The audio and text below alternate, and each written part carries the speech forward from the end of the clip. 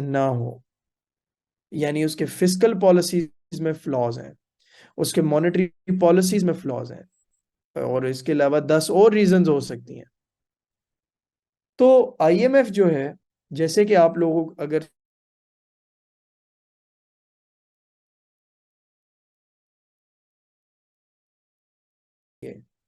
ताकि आपके international economic system या फाइनेंशियल स्ट्रक्चर में स्टेबिलिटी लाई जाए, उसमें ठहराव लाया जाए।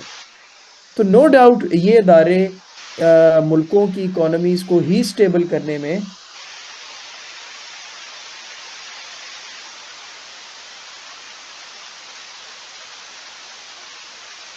के अलावा और कैसे मदद की जा सकती है कि आप उनकी अच्छे फैसला करने में मदद करें, आप उनकी पॉलिसी मेकिंग में मदद करें। तो यहाँ पे मैंने आपको कुछ बॉडीज आइडेंटिफाई करवानी थी कि whenever you're talking about the economy of a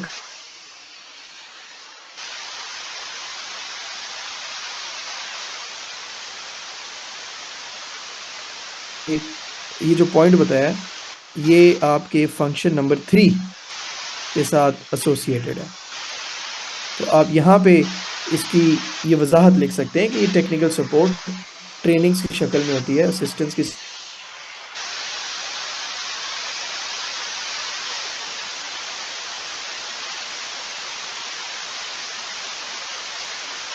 okay, अब हम आ जाते हैं second one, which is perhaps one of the most important one, जो कि है, let me go to the next page.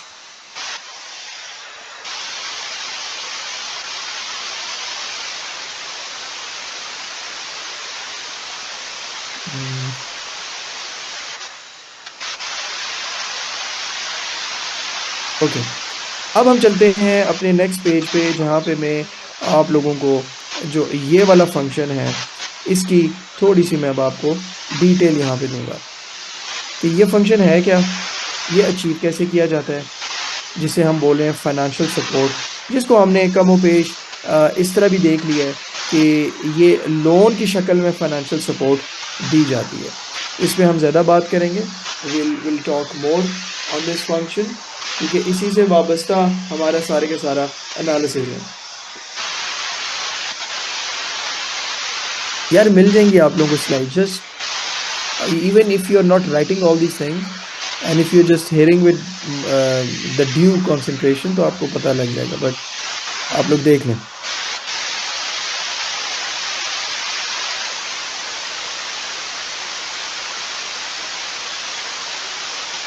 Okay, so now let's look at this point कि IMF financial support देता है। देखो, आईएमएफ का जो फंड है ना, ये जो आईएमएफ का फंड है, इस फंड की अगर मैं बताऊं तो इस फंड की जो कुल मालियत अभी है वो अराउंड 1 ट्रिलियन डॉलर है। ठीक है, इस आईएमएफ फंड की जो कुल मालियत है वो 1 ट्रिलियन डॉलर है। और एक्चुअली जो ये आपके मेंबर स्टेट्स होते हैं, ये कंट्रीब्यूट करते हैं इस फंड में। ठीक है, तो ये पैसा जो होता है, आप यूँ समझ लें कि तमाम आईएमएफ के मेंबरान ने कंट्रीब्यूशन करके एक फंड क्रिएट किया हुआ है, एक पूल क्रिएट किया हुआ है। तो इस पूल में से जिन मेंबर कंट्रीज को पैसों की ज़रूरत होती है, तो वो लोन इस फंड, इस पूल में से एक्वायर करता है। तो मैं अब यहाँ पे आपको बताऊंगा कि ये लोन प्रोग्राम होते क्या हैं, ये कैसे दिए जाते हैं, और एक जो मुल्क है वो लोन की तरफ आता क्यों है, वो आईएमएफ की तरफ रुजू क्यों करता है। So we will talk about all these things and at the end we will talk about Pakistan, कि पाकिस्तान और आईएमएफ का जो ताल्लुक है वो क्या है। यहाँ पे हम बात करेंगे आपके आईएमएफ का जो रीसेंट प्रोग्राम है अभी पाकिस्तान के साथ। अगर आप लोग न्यूज़पेपर्स पढ़ रहे हैं तो आप लोग देखेंगे कि इस पे बात हो रही ऑलरेडी, आईएमएफ की और पाकिस्तान की आजकल कोई ना कोई डिबेट भी चल रही है और उनकी मीटिंग्स भी चल रही है। सो विल ऑल्सो सी कि व्हाट्स गोइंग ऑन देयर। लेकिन सबसे पहले मैं आपको ये बताता चलूँ कि अमूमन कंट्रीज इस फंड को एक्सेस क्यों करती हैं या कब करती हैं। तो उसका आंसर ये है कि जब countries balance of payment deficits को फेस कर रही हो, तब वो जाके इस फंड को एक्सेस करते हैं। तो बैलेंस ऑफ पेमेंट डेफिसिट क्या है? ये कौन सा खसारा होता है? डेफिसिट मींस खसारा। So balance of payment deficit जो है, ये क्या चीज होती है? तो उसके बारे में देखते हैं। Simply put, balance of payment deficit क्या है? यानी मैं सबसे पहले आपको बैलेंस ऑफ पेमेंट समझा दूं, फिर मैं आपको डेफिसिट समझाऊंगा। देखिए, अगर हम सिर्फ बैलेंस ऑफ पेमेंट की बात करें, जिसको मैं बीओपी लिख रहा हूं, तो बैलेंस ऑफ पेमेंट क्या है? हम इसे कहते हैं the total sum of inflow of money into a country with respect to the total sum of outflow of money at a given time. So this is your balance of payment. ठीक है? Balance of payment का simple मतलब ये होता है कि एक वक्त में पैसा मुख्तलिफ तरीकों से मुल्क में एंटर हो रहा है और एट द सेम टाइम पैसा मुल्क से एग्जिट कर रहा है। तो इन दोनों के दरमियान जो बैलेंस है, इन दोनों के दरमियान जो कैलकुलेशन हैं, उसको हम कहते हैं बैलेंस ऑफ पेमेंट। यानी एक मुल्क ने कितनी पेमेंट्स रिसीव करनी है और उसी वक्त एक मुल्क ने कितनी पेमेंट्स बाहर की दुनिया को देनी है, इसको बैलेंस ऑफ पेमेंट कहते हैं। ठीक है?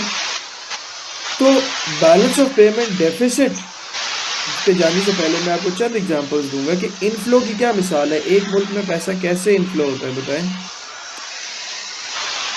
How does money inflow into a country? What means? Okay, good, we have exports और रेमिटेंसेस और मैं मुल्क की बात कर रहा हूँ, मुल्क में पैसा कैसे इनफ्लो होता है। इसके अलावा और सोचें कि किस तरीके से आता है टूरिज्म। ठीक है?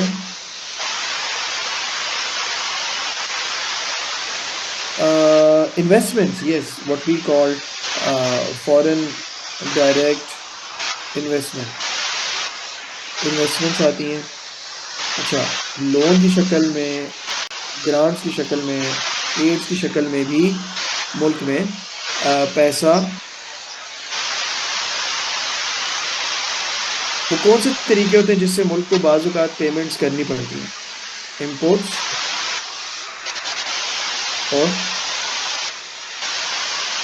पेमेंट्स करने की डोमेन में क्या क्या चीज़ें आ जाती हैं? या basically debt payment, loan payment, वही चीज़। ठीक है?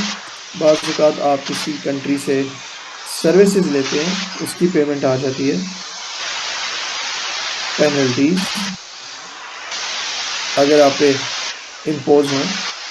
सो व्हाट यू सी इज के ओवरऑल मुल्क की पेमेंट्स की बात करें, इनफ्लो और आउटफ्लो की बात करें, तो काफ़ी कुछ है। ठीक है? जो लोग इकोनॉमी या बिजनेस जिन्होंने पढ़ा हुआ है, इसके अंदर आपका कैपिटल अकाउंट होता है, करंट अकाउंट होता है, मतलब there is a lot that is actually covered. So this is balance of payment. अब अगर मैं आप लोगों से ये पूछूं कि बैलेंस ऑफ पेमेंट डेफिसिट का क्या मतलब हुआ? डेफिसिट इज खसारा, deficit is imbalance. So what do we mean by balance of payment deficit? क्या लगा इससे? बैलेंस ऑफ पेमेंट डेफिसिट क्या चीज हुई है? When outflow is more than the inflow। ठीक है? तो क्योंकि हम बैलेंस ऑफ पेमेंट की बात कर रहे हैं, इंटायर पेमेंट्स की बात कर रहे हैं, और हम लोगों ने देखा कि मुख्तलिफ किस्म की इनफ्लोज एंड आउटफ्लोज हैं। सो बैलेंस ऑफ पेमेंट डेफिसिट की मैं बात करूं तो ऑफकोर्स आपका जो आउटफ्लो होता है वो एक्सीड करता है आपके इनफ्लो को, और that is way what we call कि कंट्री फिर बैलेंस ऑफ पेमेंट डेफिसिट में मुब्तला है। ठीक है, तो यहाँ पे मैं ज़रा ग्राउंड सेट कर रहा हूँ, मैं आपको अभी बताऊंगा कि मुल्क जाते क्यों आईएमएफ की तरफ। ठीक है, सो balance of payment deficit it is not a good thing. एक कंट्री जब बैलेंस ऑफ पेमेंट डेफिसिट में मुब्तला है तो it is not a good signal of a healthy economy. क्योंकि डेफिसिट जब होता है तो आप बहुत सारे पहलुओं को देख सकते हैं कि ये भी गलत है, ये भी गलत है। जैसे कि आपके इंपोर्ट्स ज़्यादा है एक्सपोर्ट से, बेशतर रीज़न हो सकती है। आपके मुल्क में इंडस्ट्री नहीं है, आपके मुल्क में ईज ऑफ डूइंग बिजनेस नहीं है। ठीक है, जिसकी वजह से आपका लोकल प्रोडक्ट नहीं मैन्युफैक्चर हो रहा, आप बाहर से प्रोडक्ट मंगवा रहे हैं। आपके मुल्क में इन्वेस्टमेंट नहीं आ रही। इन्वेस्टमेंट क्यों नहीं आती? शायद आपके मुल्क में पॉलिटिकल इंस्टेबिलिटी है, शायद आपके मुल्क में सिक्योरिटी के हालात ठीक नहीं है, तो कोई इन्वेस्ट करने को तैयार नहीं है। अच्छा, इसके अलावा और रीजन अगर आप देखें तो आप लोन्स बहुत ज़्यादा ले रहे हैं। एक मुल्क लोन कब लेता है? जब उसके अपने इदारे नाकाम है। एक मुल्क लोन कब लेता है? जब वो अपना रेवेन्यू ना जनरेट करता है और वो फिर कर्ज उठाता है, वो लोन लेता है, मुल्कों से लोन लेता है, बैंक से लोन लेता है, सो ऑन। तो आप उसकी पेमेंट में लगे हुए हैं। तो overall balance of payment deficit आपकी इकोनॉमी की बहुत सारी डेफिशिएंसीज को हाईलाइट करता है। और जब बैलेंस ऑफ पेमेंट डेफिसिट में मुल्क मुब्तला होते हैं तो उनकी प्रायोरिटी होती है, उनका उनका एक एम होता है कि वो समहाउ इस डेफिसिट को कम करें। ठीक है ना, मतलब अगर बराबर या सरप्लस ना लेके जाएं तो कम से कम जो डेफिसिट है वो उसको कम करें। अब ये चीज़ भी ऐसी है कि आपको शॉर्ट टर्म में डील करना होता है। अगर मैं अब बात करूं कि लेट्स सपोज मैंने बैलेंस ऑफ पेमेंट डेफिसिट को कम करना है, तो मेरे पास लाइक चंद महीने होते हैं। I just have like a few months. मुझे मेरी फाइनेंस मिनिस्ट्री या सेंट्रल बैंक आके बताएंगे कि जी बैलेंस ऑफ पेमेंट डेफिसिट है और उसको आपने समहाउ श्रिंक करना है।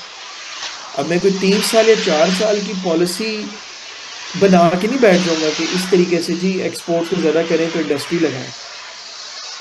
करना वही है, लेकिन फिल वक्त तो आपको अपने बैलेंस ऑफ पेमेंट डेफिसिट को रिड्यूस करना है। क्योंकि अगर आप उसको रिड्यूस नहीं करेंगे तो मुल्क डिफॉल्ट कर जाएगा, और होता भी इसी तरह ही है। तो अमूमन कंट्रीज क्या करती हैं कि अमूमन कंट्रीज लोन्स एक्वायर करती हैं। बहुत अच्छी बात है अगर आपको आपके दोस्त मुल्कों से लोन मिल जाए, लेकिन हर वक्त आपको आपका डिज़ायर्ड लोन जो होता है वो आपके फ्रेंडली स्टेट्स से नहीं मिलता। तो फिर कंट्रीज क्या करती हैं? किसके पास जाती हैं? Who do they resort to? When it is like it is the IMF. ठीक है, जैसे कि अब आपको मैं वो नाम बताता हूँ कि देखिए आईएमएफ को हमने क्या कहा कि आईएमएफ क्या प्रोवाइड करता है आपको? Bail out packages. तो बेल आउट फ्रॉम व्हाट? क्या है बेल आउट? बेल आउट किस चीज़ में से? ठीक है, बेल आउट का मतलब होता है किसी चीज़ में से निकलना। तो यहाँ पे बेल आउट का मतलब वही है कि आप किसी डेफिसिट में फंसे हुए हैं, यानी आप बैलेंस ऑफ पेमेंट डेफिसिट में फंसे हुए हैं और आपने उसमें से निकलने के लिए माली इमदाद ली है। तो दैट्स वाई इसको बेल आउट पैकेजेस भी कहते हैं। और आईएमएफ को बाज़ औक़ात एक और नाम भी दिया जाता है, इसको कहा जाता है लेंडर ऑफ लास्ट रिजॉर्ट।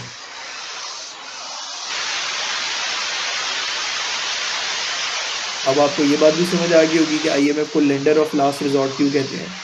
क्योंकि देखिए जब मुल्क एक सीवियर इकोनॉमिक क्राइसिस में होता है तब बड़ा मुश्किल होता है कि उसको हर जगह से लोन मिले। लेकिन आईएमएफ एक ऐसा इदारा है जो कि आपकी फाइनेंसिंग करने के लिए बैठा है। ये देखिए इसका फंक्शन है जो मैंने सबसे ऊपर लिखा हुआ बोल्ड में, कि वो फाइनेंशियल सपोर्ट देता है। ये उसका मकसद है, ये उसका मिशन है। उसका फंक्शन है, उसका ऑब्जेक्टिव है. So that's why countries often go to the IMF to acquire a bailout package, to acquire external financing, जिसको हम यहाँ पे लोन कह रहे हैं. एग्जैक्टली ये जो लोन्स हैं, बिल्कुल आप ठीक कह रहे हैं. देखा जाए तो ये जो लोन होते हैं, ये कोई परमानेंट सोल्यूशन नहीं होता. ये जो लोन आप अक्वायर करते हैं, ये फिल वक्त आपको फाइनेंशियल या मॉनेटरी सपोर्ट दे देता है, ताकि आप अपनी पेमेंट्स को बैलेंस करने की कोशिश करें, या जितनी हो सकती है आप वो करें. और साथ साथ ही फिर IMF आपको ये भी कहता है कि अब आपको क्योंकि सपोर्ट मिल गई है, आपको ब्रीदिंग स्पेस मिल गई है, अब आप वो तमाम इकदाम लें जिससे आप अपनी इकोनॉमी को सीधा करेंगे. वो हम आगे बात करते हैं कि वो कंडीशंस क्या होती हैं. So over here we actually justified that why often countries go to the IMF. वो मैंने आपको बताया कि जब वो किसी न किसी किस्म के बैलेंस ऑफ पेमेंट डेफिसिट में मुबतला हों और उनको लोन की ज़रूरत है, उनको इंस्टेंट रिलीफ की ज़रूरत है. तो अगला मैं आपको ये बताऊंगा कि लोन की अमाउंट कैसे डिसाइड होती है. अब हम इसकी बात करते हैं. लेट्स सपोज एक मुल्क ने फैसला ले लिया कि I want to go to the IMF. तो लोन कैसे डिसाइड होता है? क्या अब आपको आपकी मर्जी की अमाउंट मिलती है? आपको लोन कैसे मिलता है? Do you think you get the amount that you desire? Actually no. नहीं, मैं अमाउंट की बात कर रहा हूँ, मैं किस्तों की बात ही नहीं कर रहा. I am saying do you get the total amount as per your requirements. अब जैसे कि श्रीलंका की मैं बात करूँ तो श्रीलंका जब डिफ़ॉल्ट हुआ था तो उसका जो डेफिसिट था, ट्विन डेफिसिट कहते हैं उसे, वो $60 बिलियन पे था. तो वो भी IMF के पास गया और IMF ने उसको सिर्फ $3 बिलियन दिया. तो द आंसर इज कि आपको आपकी मर्जी की अमाउंट नहीं मिलती. ठीक है, तो ये अमाउंट कैसे डिसाइड होती है? This amount is actually decided as per the quota of that country. हर मुल्क का IMF में एक कोटा है. ठीक है, and this quota is actually based on the economy of that country. Kota एक वैल्यू है, इसको कैलकुलेट किया जाता है. हर मुल्क का जो IMF में मेंबर है उसका क्या है? एक कोटा है. ठीक है, और वो कोटा किस बिना पे क्रिएट किया जाता है? उस मुल्क की स्टेट ऑफ इकोनॉमी को देखा जाता है, उसकी बेसिस पे एक वैल्यू, एक कोटा कैलकुलेट किया जाता है. और हर country as per its quota IMF के फंड को एक्सेस करती है. तो मैं आपको असल में ये बताना चाह रहा हूँ कि आपको आपकी मर्ज़ी का लोन नहीं मिलता. कोटा बेस्ड ये सिस्टम होता है. हर मुल्क का एक कोटा है और वो कोटा बताएगा कि आप IMF के फंड को किस हद तक एक्सेस कर सकते हैं. मैं आपको एक एग्जांपल देता हूँ इसकी, उस तरह आपको ये बात समझ आ जाएगी. अब जैसे कि CSS में पंजाब का कितना कोटा है बताएं? सरकार में, सरकारी नौकरियों में कहीं पे भी रिक्रूटमेंट होती है तो पंजाब को कितना कोटा दिया जाता है? वैल्यू पूछ रहे हैं जो लोग यहाँ पंजाब से हैं. अच्छा चलो, बाकी बलूचिस्तान का कितना कोटा है? KP का क्या कोटा है? सिंध का क्या है? जो इधर सारे बैठे हुए आगे पीछे से, इस्लामाबाद और पिंडी के बैठे हैं फेडरल के. अच्छा, माशाल्लाह से कोटा ही नहीं पता. 50% आपके पंजाब का कोटा है, बलूचिस्तान का 6% है. ठीक है, तो 50% कोटे का मतलब क्या है? अगर CSS में अगले साल 300 सीटें आती हैं तो इसका मतलब क्या हुआ? पंजाब को कितनी सीटें मिलेंगी कोटे के लिहाज से? 150 सीटें। समझ आई? तो इसी तरह मैं आपको ये बात कह रहा हूँ कि हर मुल्क का, हर IMF में एक कोटा है जो कि इकोनॉमी की बेस पे बनता रहता है और चेंज होता रहता है। और ये कोटा डिफाइन करता है कि आप फंड को या उसके लोन कितना एक्सेस कर सकते हैं। ठीक है? तो ये मत लिखना, ये इसलिए बात बता रहा हूँ कि किसी मुल्क की तमाम सोल्यूशन का जी हल क्या IMF, क्योंकि आप उससे जाके अपने सारे डेट का लोन लो, आपकी डेट के बराबर वो आपको कभी लोन नहीं देगा, क्योंकि आपने रिटर्न भी करना है। वो ऑलरेडी एक बैलेंस ऑफ पेमेंट डेफिसिट और एक बुरी इकोनॉमी को $60 बिलियन कभी नहीं देगा, क्योंकि this is a loan, this is what you have to return. Okay, next, let's suppose मुल्क IMF के पास आया और उसका उस टाइम पे जो भी कोटा था उसके लिहाज से उसने कोई ना कोई लोन डिसाइड कर लिया कि यार मैं इतनी अमाउंट जो है फलां किस्म का लोन जो है वो मैं उठाऊंगा। ठीक है? तो अब नेक्स्ट स्टेप क्या है? Next step is what we call letter of intent. ठीक है? लेटर ऑफ इंटेंट हम इसे कहते हैं। लेटर ऑफ इंटेंट में क्या होता है कि उस लोन से रिलेटेड कंडीशंस होती हैं। ठीक है? जो कि उसकी इंटायर ड्यूरेशन तक एक्सटेंडेड होती हैं। आप ये स्टेटमेंट लेके फिर मैं आपको बताता हूँ ये है क्या।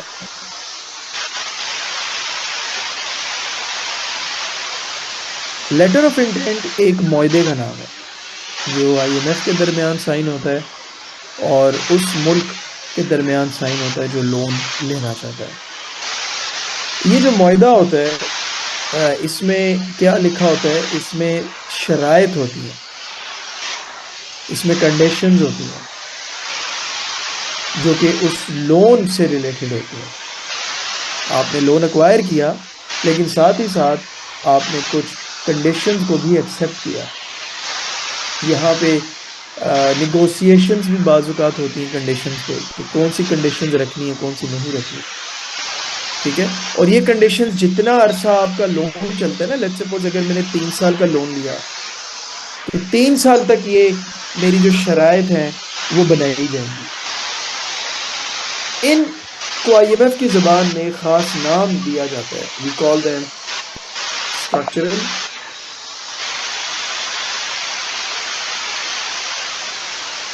Adjustment programme. इन शराइत को हम IMF की जुबान में SAPs कहते हैं। So you won't be calling it conditions now, you will be calling it structural adjustment program. ये इनका नाम है। अगर आप लोग इन 3 लफ्जों पे फोकस करें तो आप लोग जवाब दे सकते हैं कि इन कंडीशंस में, इन SAPs में क्या हो रहा होगा। बताएं ये SAPs में क्या हो रहा है? Just look at these 3 words and try to guess what these conditions या what this program is intending to do. Guess करें क्या economy of the country? What? Give me a complete answer. Translate these 3 words. Adjustment in country's policy. Policy formulation. क्या policy formulation? Policy formulation की a set of economic reforms. Yes, now that's a good answer. ऐसे programme जो बेहतर कर सके उस country की economy को। गुड, बिल्कुल ठीक है। Taxes, such as increasing taxes. Change in finance policies. Maybe, हो सकता है change. Reduction of government spending. Yes, very true. So, अगर मैं आपको बताऊं SAPs क्या है, तो मैंने आपसे क्यों कहा कि इसकी आप तशरीह करें। देखें, IMF आपको एक प्रोग्राम देता है जब भी वो आपको लोन देता है, और उस प्रोग्राम को हम कहते हैं स्ट्रक्चरल एडजस्टमेंट प्रोग्राम। इस प्रोग्राम के अंदर मैंने आपको क्या कहा कि शराइत होती है जिसको वो मुल्क एक्सेप्ट करता है। तो ये जो शराइत होती हैं इनको हम टारगेट्स भी कहते हैं, और इन शराइत इस प्रोग्राम में असल में हो क्या रहा है, एडजस्टमेंट हो रही है आपकी स्ट्रक्चर की, आपके स्ट्रक्चर को एडजस्ट किया जा रहा है। तो ये कौन सा स्ट्रक्चर है?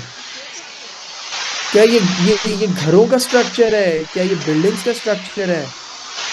इमारतों का स्ट्रक्चर है? किस स्ट्रक्चर को एडजस्ट किया जा रहा है इस प्रोग्राम के जरिए? What do you think? Economy का। ठीक है, फाइनेंशियल स्ट्रक्चर की हम बात करें, जो आप लोगों ने अभी ऊपर बातें की सारी, जो ऊपर एक स्टूडेंट ने बात की कि ये शॉर्ट टर्म होता है, उसका मैंने उसको जवाब दिया। मैंने कहा ये लोन जो होता है ना, ये एक टेम्परेरी रिलीफ होती है कि मुझे पैसे मिल गए, अब मैं अगले 3-4 महीने की अपनी पेमेंट्स अदा कर सकता हूँ, मुझे सहारा मिल गया। अब मुझे सहारा मिल गया, इसका मतलब ये है कि मुझे वक्त भी मिल गया है कि मैं अब अपने मुल्क की इकोनॉमी को, अपने मुल्क के इकोनॉमिक स्ट्रक्चर को क्या करूं, बेहतर करूं। ठीक है, सो इसलिए लोन के साथ साथ ये कंडीशंस और ये टारगेट्स, ये प्रोग्राम चलता रहता है कि आपको साथ साथ हम किस्तें भी देते रहेंगे, पैसे भी देते रहेंगे, लेकिन आप लोगों ने वो इकदामात भी लेने हैं ताकि आप लोग अपने स्ट्रक्चर यानी आप अपनी इकोनॉमी को बेहतर कर सको, बिकॉज कमर को सहारा मिल गया। इसकी मैं एग्जांपल आपको इस तरह देता हूँ कि लेट्स सपोज मेरी शुगर लो होती है, यानी इकोनॉमिक क्राइसिस आता है। एनोलॉजी इस तरह ड्रॉ करूंगा, अब मुझे शुगर हो गई है तो मुझे इंस्टेंट रिलीफ चाहिए, यानी बैलेंस ऑफ पेमेंट डेफिसिट है तो मुझे एक्सटर्नल फाइनेंसिंग चाहिए। तो मैं क्या करूंगा बताएं? जब आपकी शुगर लो होती है, if you let's suppose you're outside, what do you do? आपको क्या करना चाहिए? व्हाट डू यू, ठीक है, फॉर एग्जांपल इंसुलिन ले लें, शुगर कैंडीज ले लें, ठीक है। तो मैं शुगर ले, तो मैं शुगर इनटेक करता हूँ, यानी मैं कोई इंसुलिन ले लेता हूँ, यानी एक मुल्क जो है फिल वक्त क्या लेगा, IMF से लोन लेगा।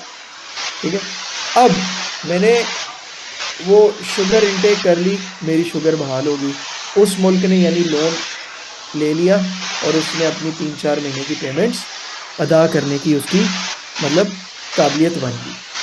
अब मुझे क्या करना चाहिए? मुझे ये करना चाहिए कि भाई जब मैं घर जाऊं, मैं प्रॉपर अपना मील बनाऊं, मैं प्रॉपर अपनी डाइट प्लान बनाऊं, और मैं प्रॉपरली आने वाले टाइम के अंदर अपने मील्स को फॉलो करूं। यानी जब एक कंट्री ने लोन ले लिया, उसको क्या करना चाहिए?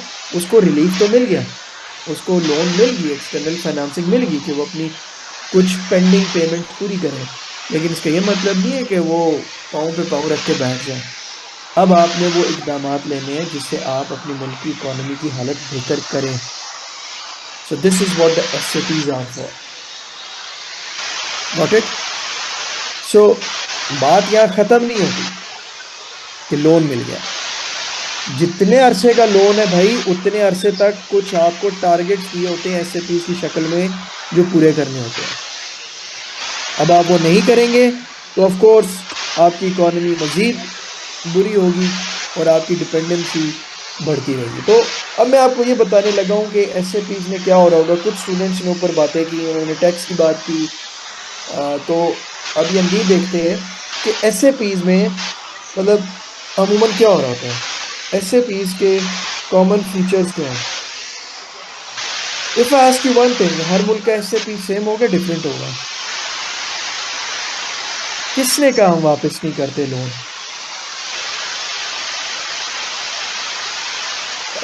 If you guess want to share anything जरूर करें, वो हेल्दी चीज होती है, लेकिन एक बात याद रखें, आप जब ऐसी कोई इंफॉर्मेशन ऐड करते हैं तो आपके साथ 50 और लोग हैं जो आपकी इंफॉर्मेशन को देख रहे हैं। Always give some reference, don't use such sweeping statements, क्योंकि बहुत सारे लोग मेरी बातों को, शायद आप लोगों की बातों को नोट भी कर रहे होते हैं। तो ऐसा नहीं है कि हम लोन वापस नहीं करते, this is not a correct statement. Okay, so different होंगे, ठीक है, डिफरेंट होंगे क्योंकि हर मुल्क के स्ट्रक्चरल इश्यूज डिफरेंट है, लेकिन कहीं ना कहीं सारे एसएपीज के कुछ कॉमन फीचर्स हैं, हम उनकी बात कर रहे हैं। यानी एक मुल्क को अब क्या कहा जा रहा है कि तुम लोग क्या करो, जैसे कि what we call fiscal balancing. एक चीज है जिसे हम कहते हैं फिस्कल बैलेंसिंग। फिस्कल बैलेंसिंग क्या होता है? अमूमन गवर्नमेंट्स को कहा जाता है कि आप अपना फिस्कल डेफिसिट रिड्यूस करेंगे। अब फिस्कल डेफिसिट की अगर मैं आपको बात बताऊं, फिस्कल डेफिसिट ये होता है जब एक मुल्क का रेवेन्यू जनरेशन उसके एक्सपेंडिचर से कम हो, तो हम कहते हैं फिस्कल डेफिसिट। तो फिस्कल बैलेंसिंग में असल में इस डेफिसिट को भी कंट्रोल करने की बात की जाती है। तो अब फिस्कल डेफिसिट को रिड्यूस करना है, तो इसका मतलब ये है कि नंबर वन, आप अपने रेवेन्यू को बढ़ाएंगे और आप अपने अखराजात को कंट्रोल करेंगे। तो अब आपने अपना रेवेन्यू बढ़ाना है। मेरी इकोनॉमी अभी इतनी तगड़ी नहीं है, लेकिन मुझे आईएमएफ ने एसएपीज में टारगेट दे दिया। अगली किस्त जब तक नहीं मिलती मुझे टारगेट दे दिया कि तुमने इतने फीसद टैक्स लेना है, तुमने इतने फीसद रेवेन्यू बढ़ाना है। तो फिर क्या करते हैं हम? अमूमन आपको क्या नजर आता है जब भी आईएमएफ के प्रोग्राम आते हैं, तो रेवेन्यू बढ़ाने के लिए मुतलका गवर्नमेंट किस चीज के ऊपर फोकस करती है? क्योंकि रेवेन्यू तो पूरा करना है, ठीक है। और सोल्यूशन तो मेरे पास कोई नहीं, अब रातों रात तो मैं इंडस्ट्री नहीं लगा सकता। सो दैट्स वाई फोकस किस पे होती है? टैक्सेस पे।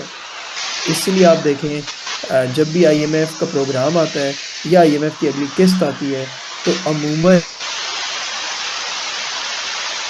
टैक्स के अंदर इंक्रीज की बात की जाती है। तो यहाँ पे इसको फिस्कल डेफिसिट को रिड्यूस करने के लिए आप देखें, आपके टैक्सेस इंक्रीज किए जाते हैं, ठीक है।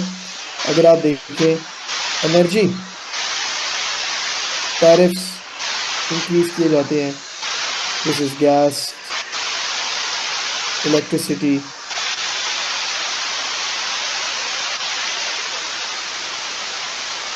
ठीक है, फ्यूल, इनकी प्राइसेस बढ़ाई जाती हैं। अच्छा, ये तो हो गया जी रेवेन्यू जनरेशन को बढ़ाना। इसके बरअक्स आपने अपने अखराजात भी कंट्रोल करने हैं। तो अखराजात कैसे कंट्रोल किए जाते हैं? आपको क्या क्या लगता है एक गवर्नमेंट क्या करेगी? How will it control it's expenditures? मैं उसकी आपको चंद एग्जांपल्स देना चाहता हूँ, जैसे कि रिड्यूसिंग सब्सिडीज। सब्सिडीज क्या होती है? हुकूमत की तरफ से अपनी जेब से माली इमदाद, एक जो रिलीफ दिया जाता है अपनी पॉपुलेशन को, किसी भी किस्म की हो सकती है। एग्रीकल्चर के अंदर आपको सब्सिडी दी जा सकती है, पेट्रोल के पीछे आपको सब्सिडी दी जा सकती है, यानी हुकूमत आपकी माली इमदाद कर रही है। तो देखें, आईएमएफ आपको सब्सिडीज रिड्यूस करने की बात करता है जहाँ पे शायद ज़रूरत नहीं है, क्योंकि सब्सिडीज आपके ऊपर एक बोझ है और आप जब खसारे में होते हैं, तो आईएमएफ आपसे ये कहता है कि आप अपनी कुछ ऐसी सब्सिडीज को पिन पॉइंट करें, या हम आपकी मदद करेंगे पिन पॉइंट करने में, जिनको ज़रूरत नहीं है, आपको सब्सिडीज रिड्यूस करनी पड़ेंगी, ठीक है। उसके अलावा और किस तरह पब्लिक सेक्टर में ऑस्टेरिटी मेजर्स आते हैं, ठीक है। बिल्कुल ले सकते हैं, चीप ऑयल क्यों नहीं ले सकते, लेकिन बात वही है ना, it's all about your agreements, you can go to it, but that's not what we are discussing over here. अभी तो हम आईएमएफ के एसएपीज की नेचर को डिस्कस कर रहे हैं, ठीक है। तो public sector austerity measures, public sector का मतलब होता है गवर्नमेंट, ठीक है। Government. Shaukat, the reason is Iran के ऊपर इंटरनेशनल सैंक्शन है। सो गवर्नमेंट के अंदर कहा जाता है कि आप अपने अपनी अपनी लाइफस्टाइल चेंज करें, आप ऑस्टेरिटी लेकर आए, यानी जहाँ जहाँ से बचत हो सकती है आप वो बचत करें। इसको हम बोलते हैं ऑस्टेरिटी मेजर्स। ठीक है। So this is what we call fiscal balancing, where in you are trying to increase your revenue and at the same time you are trying to control your expenditure। तो एक होती है fiscal balancing. इसके अलावा और क्या कहा जाता है, what we call privatisation of state owned enterprises या what we call SOEs। Privatisation भी एक बड़ा कॉमन वर्ड है जो कि IMF के साथ मुंसलिक है। स्टेट ओन्ड एंटरप्राइजेज या SOEs ये वो बॉडीज होती हैं जो हुकूमत के साथ मुंसलिक होती हैं। ठीक है, हुकूमत के साथ वाबस्ता होती हैं। तो मैं उन SOEs की बात कर रहा हूँ जो कि नॉन प्रॉफिट मेकिंग है, जो कि डिफॉल्ट होती हैं, जो कि रिलाई करती हैं गवर्नमेंट फाइनेंसिंग पे फॉर देयर सर्वाइवल। तो ऐसी जो SOEs होती हैं उनको प्राइवेटाइज करने का कहा जाता है। यस, जिस तरह स्टील मिल्स है, PIA है, PTCL पाकिस्तान की तारीख में प्राइवेटाइज है। क्योंकि देखिए वो हुकूमत से हर महीने समरी मूव करके पैसे मांग रहे होते हैं कि जी इतना बजट अप्रूव कर दें, उतना बजट अप्रूव कर दें, ताकि हम अपने मुलाजमीन की तनख्वाहें दे दें, ये वो फला। तो इस किस्म की जो SOEs होती हैं वो बोझ होती है, उनको आइडेंटिफाई किया जाता है और कहा जाता है कि इनको आप प्राइवेटाइज करें। ठीक है। सो प्राइवेटाइजेशन एक बड़ा कॉमन SAP है IMF का। उसके अलावा अगर हम बात करें तो यहाँ पे what we call liberalisation of trade की बात की जाती है। लिबरलाइजेशन ऑफ ट्रेड का मतलब ये होता है, आपको कहा जाता है कि आप अपने ट्रेड बैरियर्स को रिड्यूस करें, खास तौर पे what we call tariff barriers, to be a part of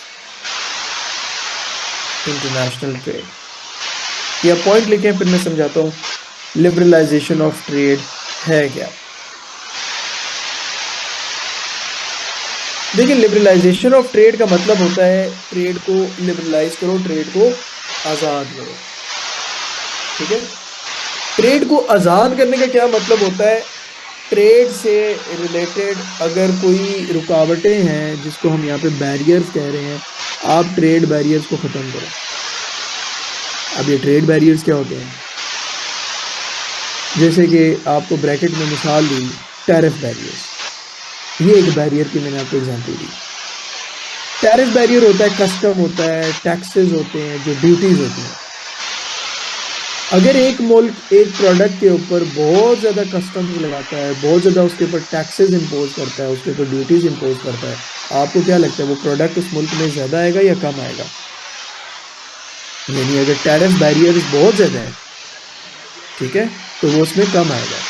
तो आपको कहा जाता है कि आप ट्रेड बैरियर्स को कम करें। ठीक है, क्योंकि आप अगर किसी मुल्क के लिए ट्रेड बैरियर्स को कम करेंगे तो ऑफ कोर्स वो मुल्क भी आपके प्रोडक्ट के लिए टैरिफ बैरियर्स को कम करेगा। यानी आपके प्रोडक्ट्स, अगर आपने टैरिफ को कम किया तो इन रिस्पॉन्स आपको भी कम टैरिफ पे बाकी मुल्कों की मार्केट को एक्सेस मिलेगा। और इस तरह आप कोशिश करें आप इंटरनेशनल ट्रेड का पार्ट बने। इसको बोलते हैं ट्रेड लिबरलाइजेशन, जो कि हम WTO में काफ़ी डिटेल में भी पढ़ेंगे।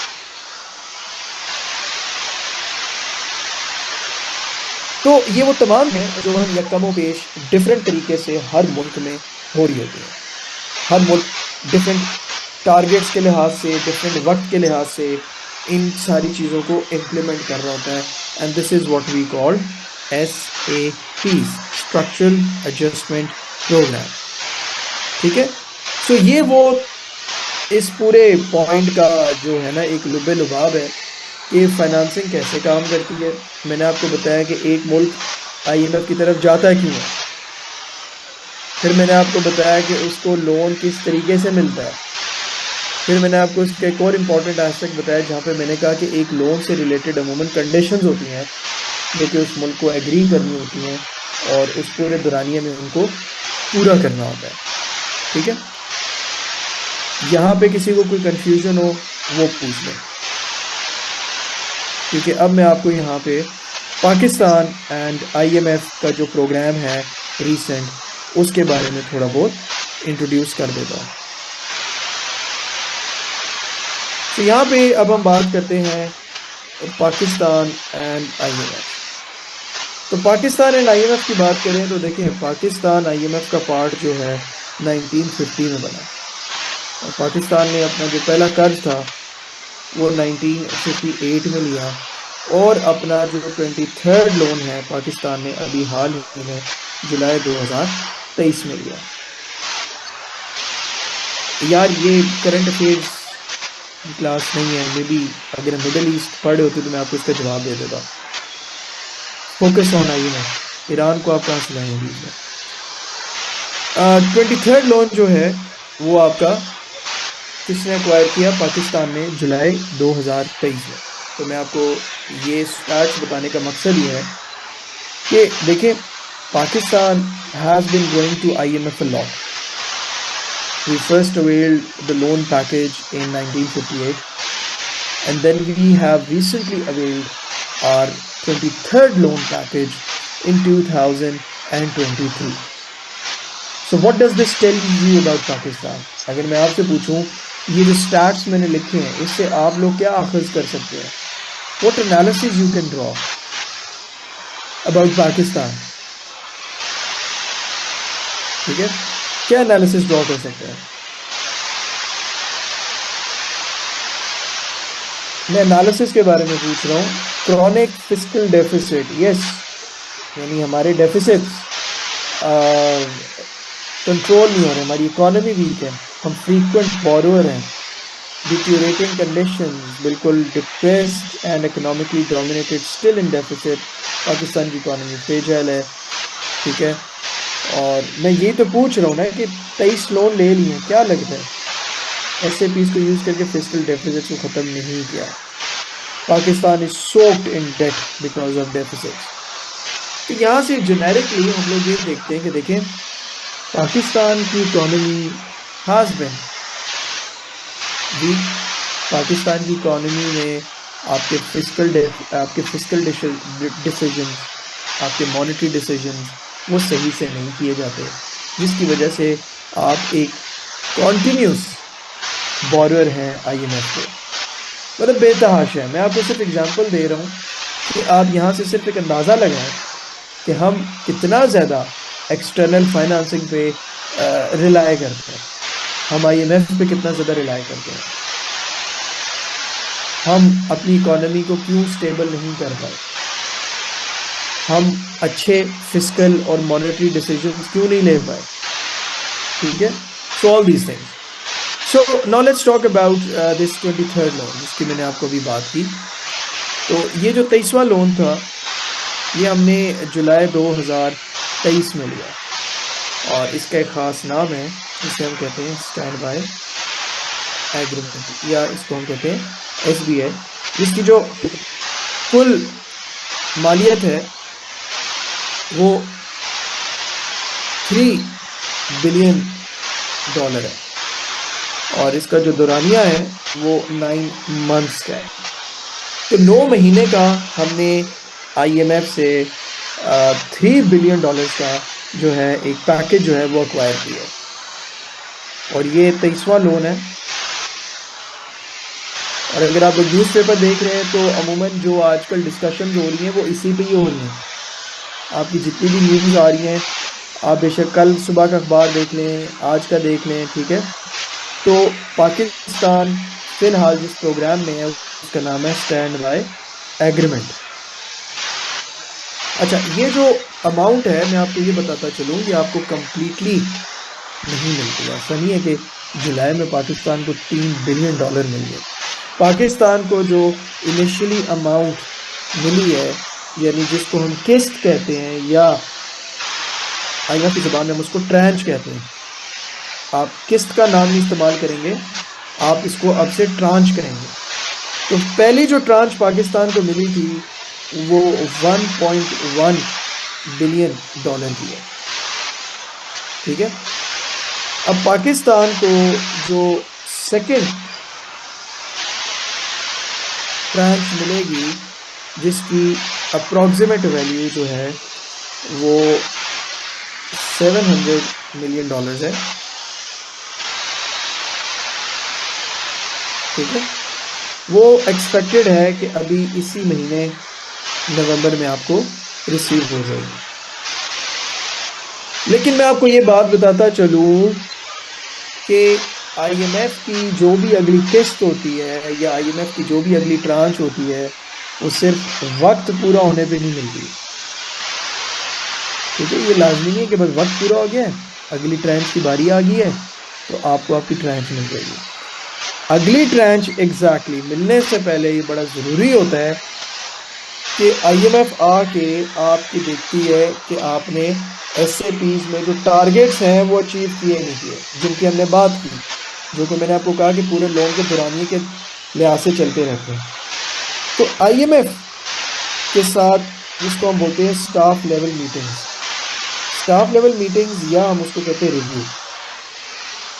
अगर ये रिव्यू या ये स्टाफ लेवल मीटिंग सक्सेसफुल होती है, जहाँ पे ये देखा जाता है कि एसएपीज की कंडीशंस क्या आपने मीट की हैं, अगर आपने की होती है आपको आपकी अगली ट्रांच मिल जाती है। पाकिस्तान की अभी फिलहाल दूसरी जो ट्रांच मैंने आपको बताई $700 मिलियन तक है, उस पर बात हो रही है। ये अभी स्टाफ लेवल मीटिंग जो है वो चल रही है, और अगर ये सक्सेसफुल होगी तो हमें 700 मिलियन की अगली ट्रांच मिल जाएगी। आप लोगों का जो टास्क है, क्योंकि इस टास्क के बहाने आप लोग पढ़ लेंगे, आपका जो टास्क है वो ये है कि आपने देखना है कि वो कौन सी कंडीशन हैं जिनके ऊपर एम्फेसिस हो रहा है।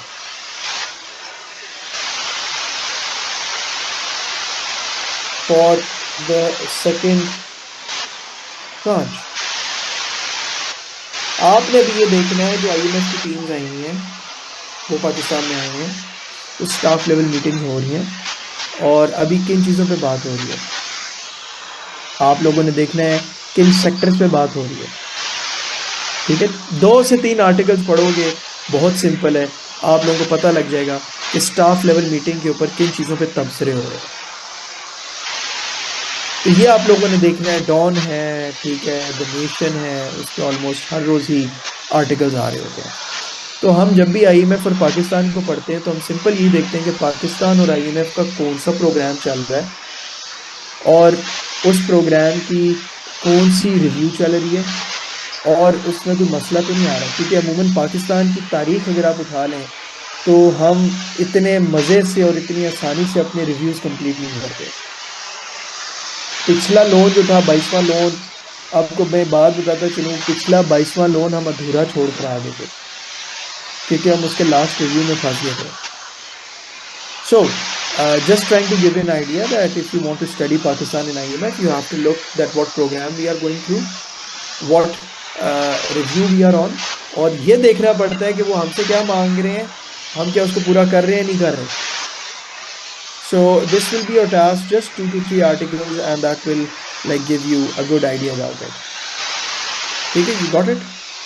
ये पाकिस्तान एंड IMF का है। Okay, so let's take a break now.